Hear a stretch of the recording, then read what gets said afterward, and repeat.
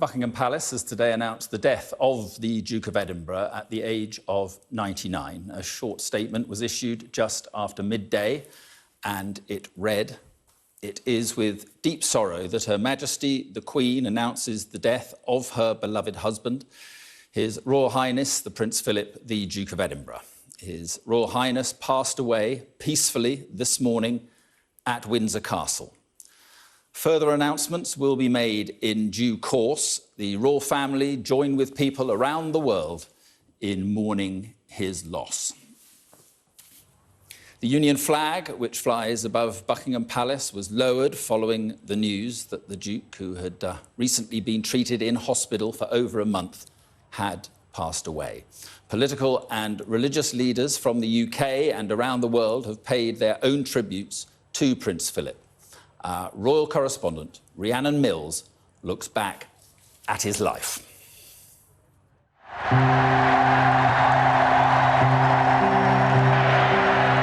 Always by the Queen's side. Tolerance is the one essential ingredient of any happy marriage. Prince Philip was a devoted consort and father. I am so happy. My future husband is by my side.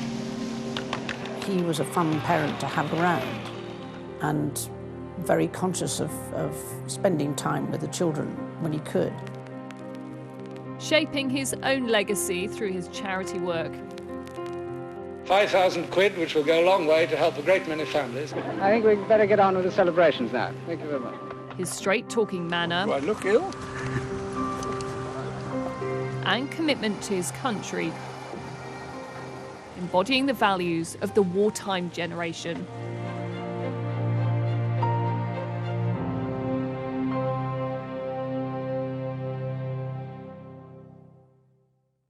Born in Corfu in 1921, Prince Philip of Greece and Denmark was welcomed into a world of title and privilege. But when he was still a baby, his family were forced to flee their home. A military coup meant it was no longer safe to stay in Greece. When the family were on board this boat, that the sailors looked at the infant Prince Philip, who was only 18 months old at the time, and decided that the best place for him would be this orange crate from which they fashioned a sort of crib, and there he slept during the journey. Effectively homeless, they eventually made their way to Paris.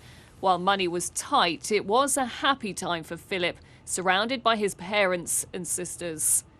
It wouldn't last. When he was 8, his mother was diagnosed with paranoid schizophrenia. His mother was then tragically confined to what was called in those days an asylum for the mentally disturbed.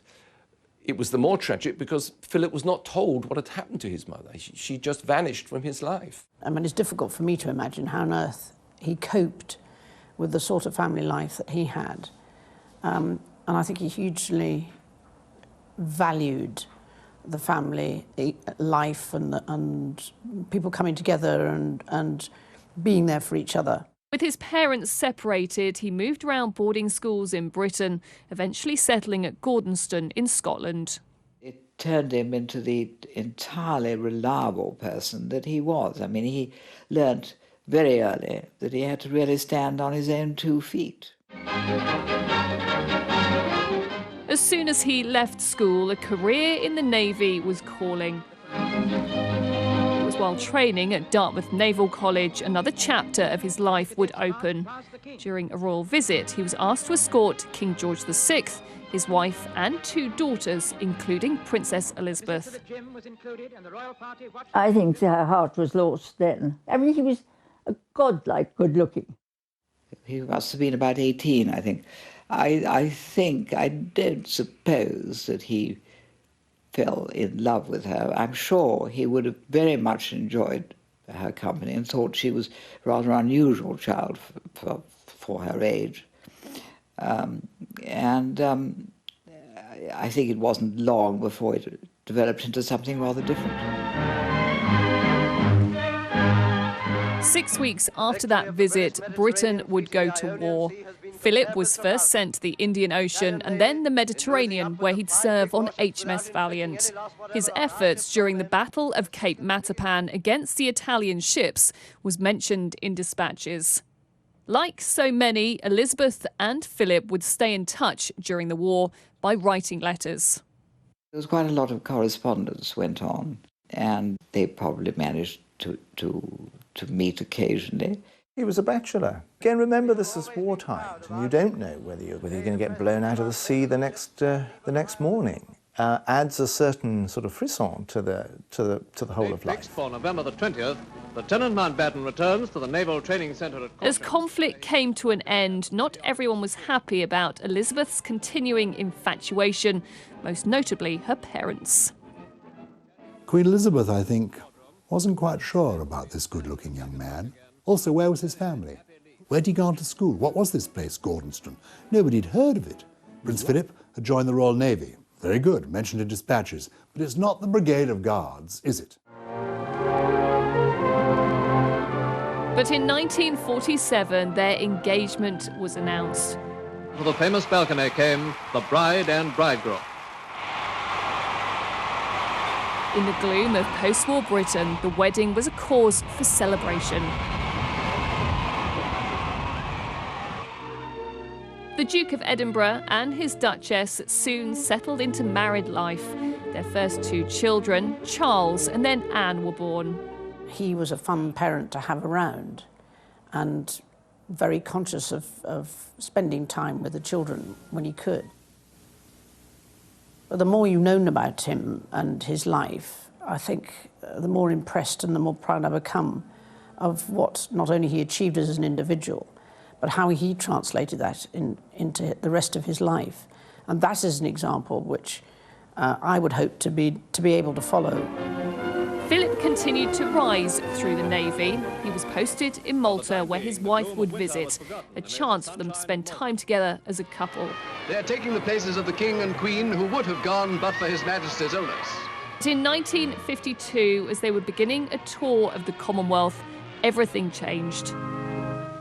To the stunned heart of London and to the whole Commonwealth came the tragic news from Sandringham of the passing of a beloved sovereign, King George VI.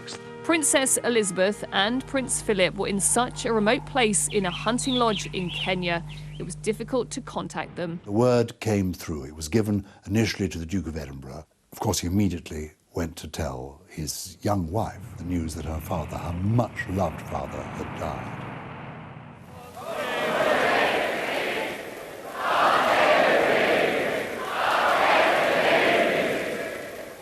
A year later came the coronation. His wife was now queen. He was her consort.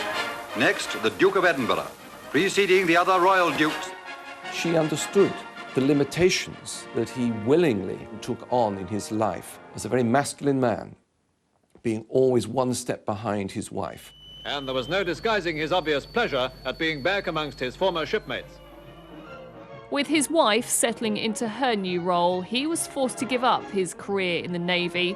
In a rare interview, he talked about how difficult that decision was to make. I could perfectly well go on with this. The career didn't seem to, and it would have seemed to me would have been of great value to the Queen when she became Queen eventually, to have somebody who was, in a sense, professionally qualified at something and not just traipsing around. Outwardly dedicated and seemingly compliant, there was, however, the issue of whether his children would take his name. Windsor won out over Mountbatten. I don't think she quite realised that it was really going to have a very deep effect on Prince Philip. As he said, I must be the only man in the whole country who's not allowed to pass his name on to his children. Prince Philip would carve out his own path, travelling across the country and around the world promoting his favoured causes. From British industry, 3 out of every 5 gas turbines flying or on order in the entire Western world are British.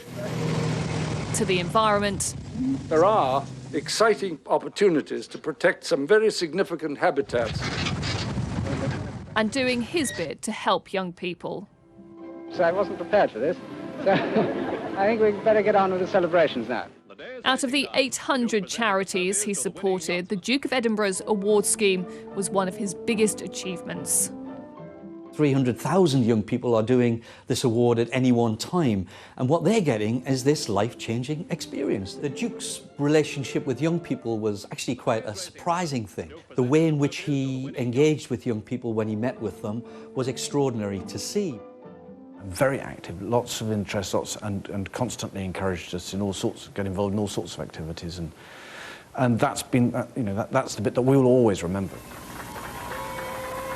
When his wife needed him for overseas tours, garden parties and the big state occasions, he was for decades a constant by her side.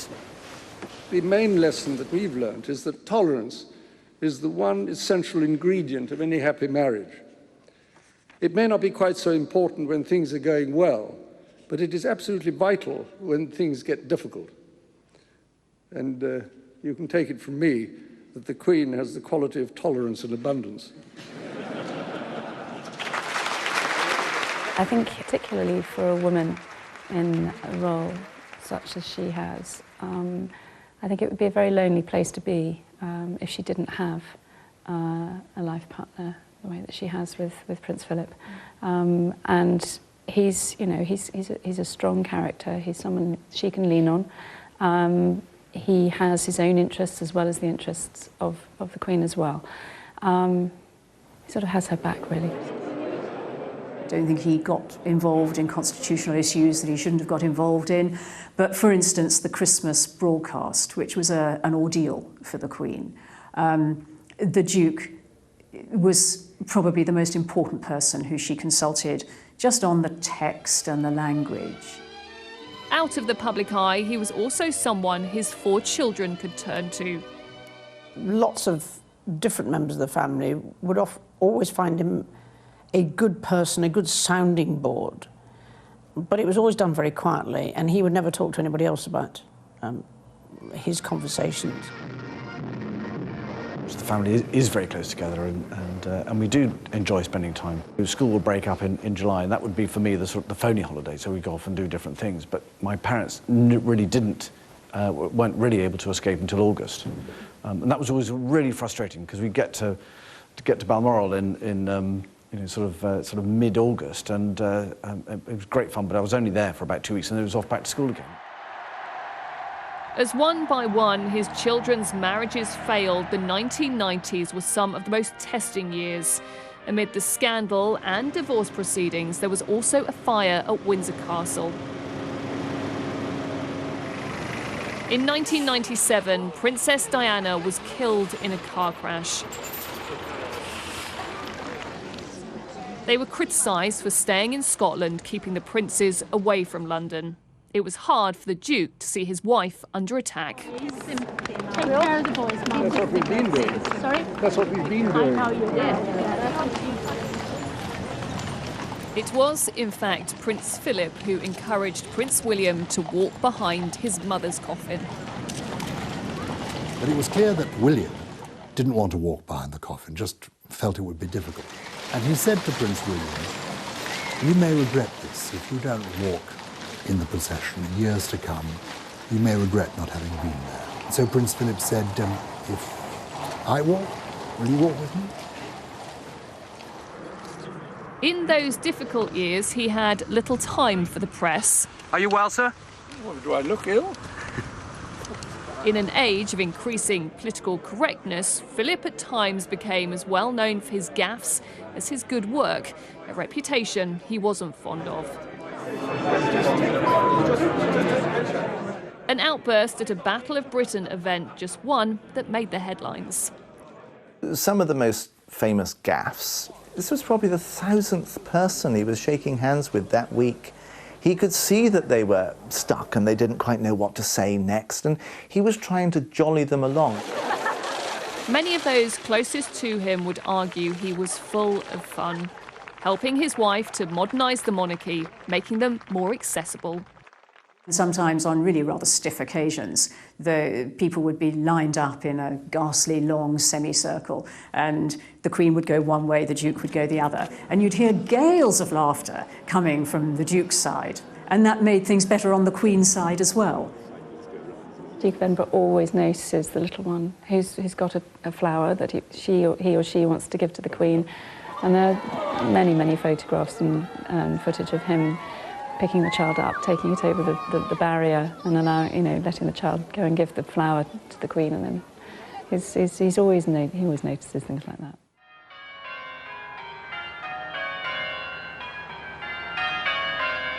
It was following the Diamond Jubilee pageant that he was forced into hospital with a bladder infection.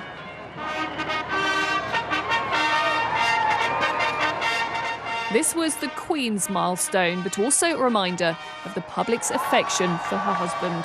Ladies and gentlemen, if we shout loud enough, he might just hear us in hospital and get...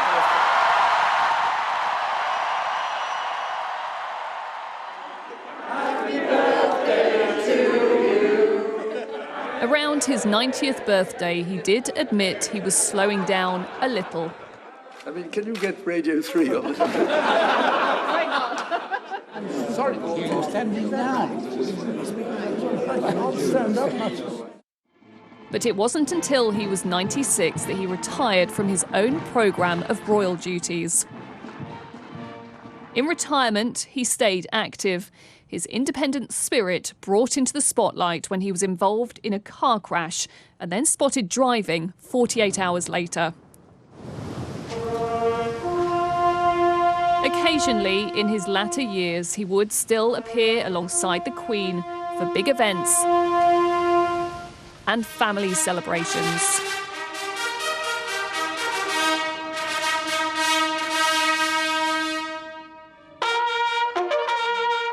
In 2020, he made an unexpected public appearance to hand over one of his longest-standing military patronages in the year that he also marked his 99th birthday. It was his marriage that would place Prince Philip at the centre of national life. As well known for his humour as his charity work, a man with a deep sense of duty to his family, his country, and his Queen. He has quite simply been my strength and stay all these years. And I and his whole family, and this and many other countries, owe him a debt greater than he would ever claim, or we shall ever know.